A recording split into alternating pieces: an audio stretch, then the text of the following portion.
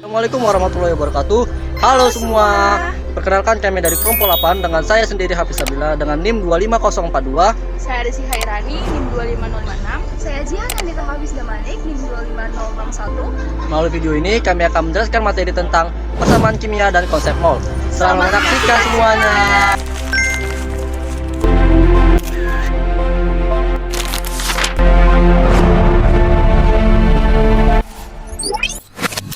Teman-teman semua, saya Jihan Nandita Hafiz Damanik, NIM 25061. Di sini saya akan menjelaskan tentang persamaan kimia. Sebelum itu kita harus tahu dulu, apa sih persamaan kimia itu? Di sini saya mengambil definisi dari OpenText. Katanya, a chemical equation is a representation of a chemical reactions in which the reactants and products are expressed as formulas, and the amounts are expressed as coefficients. Jadi teman-teman semua, persamaan kimia adalah cara menuliskan reaksi kimia secara simbolis di mana per reaksi dan produk itu ditulis dalam bentuk rumus dan jumlah masing-masing dinyatakan dalam koefisien.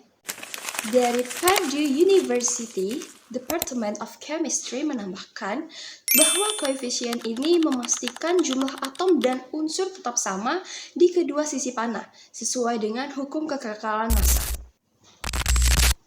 Lalu, apa aja sih bagian-bagian penting yang ikut masuk dalam persamaan kimia? Yang pertama itu ada reaktan. Reaktan itu adalah zat yang bereaksi, posisinya berada di sebelah kiri panah.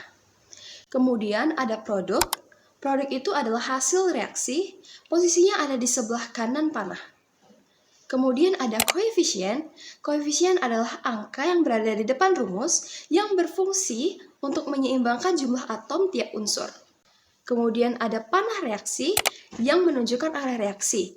Kadang digunakan tanda ganda bila reaksi berlangsung bolak-balik.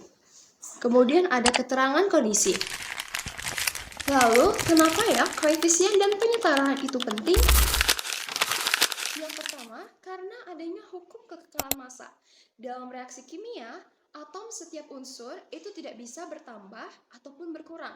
Atom hanya berpindah atau bergabung, bukan hilang. Kemudian, koefisien yang berada di depan rumus itu berfungsi agar jumlah atom unsur di kiri dan di kanan itu tetap sama.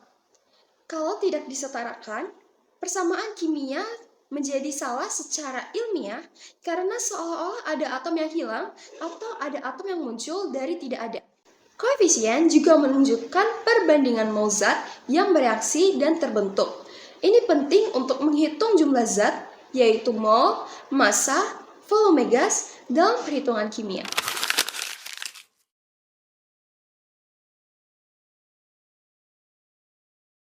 Baik, selanjutnya adalah penyetaraan persamaan kimia.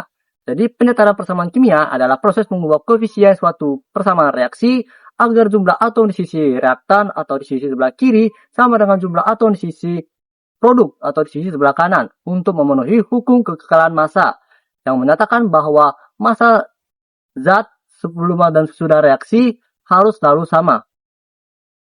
Baik, selanjutnya kita langsung masuk ke contoh soal agar kita lebih memahami bagaimana kita menyetarakan suatu persamaan reaksi.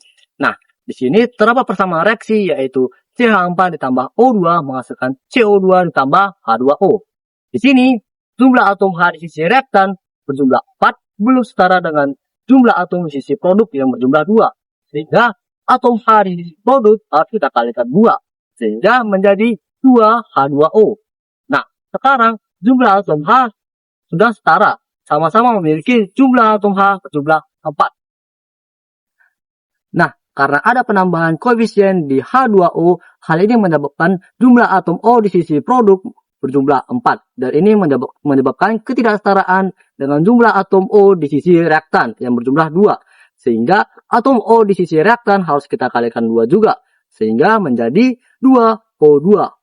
Nah, karena sudah dikalikan, jumlah atom O baik di sisi reaktan maupun di sisi produk, hasilnya sudah setara, yaitu sama-sama berjumlah 4. Kemudian untuk atom C tidak perlu disetarkan lagi, karena sudah setara. Masing-masing memiliki jumlah atom C 1. Hai teman-teman, selanjutnya saya akan memaparkan materi konsep mol dan hubungannya dengan persamaan kimia. Mol digunakan karena partikel-partikel seperti atom, molekul, dan juga ion terlalu kecil untuk dihitung satu persatu. Mol adalah satuan jumlah zat dalam sistem satuan internasional. Satu mol berjumlah 6,022 kali 10 pangkat 23 partikel. Jumlah ini sering kita kenal dengan bilangan Avogadro. Hubungan mol dengan besaran fisika lain. Mol tidak berdiri sendiri, tetapi berkaitan dengan besaran fisika lainnya yang dapat diukur melalui eksperimen seperti massa, jumlah partikel, dan volume gas. Yang pertama, mol dan massa. Hubungan mol dan massa dapat digunakan ketika kita mengetahui massa zat dan ingin mengetahui jumlah molnya.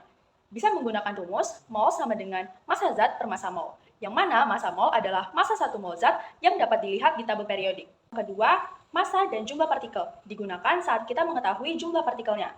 Dengan rumus mol sama dengan jumlah partikel per 6,022 kali 10 pangkat 23. Yang ketiga yaitu mol dan volume gas. Pada kondisi STP dengan suhu 0 derajat Celcius dan tekanan 1 atmosfer, 1 mol gas memiliki volume 22,4 liter. Untuk mengetahui molnya, maka dapat digunakan rumus mol sama dengan volume gas per 22,4. Hubungan mol dengan persamaan kimia atau stoikiometri. Stoikiometri adalah ilmu yang mempelajari mengenai perbandingan jumlah zat dalam mol dalam reaksi kimia. Dalam perbandingan kimia yang seimbang, koefisien menunjukkan perbandingan mol suatu zat yang bereaksi dan yang dihasilkan.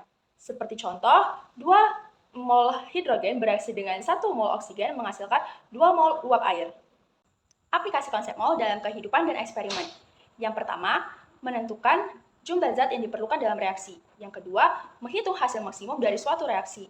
Yang ketiga, menentukan efisiensi atau hasil nyata dibanding hasil teoritis. Dan yang keempat, menghitung konsentrasi larutan dalam molaritas.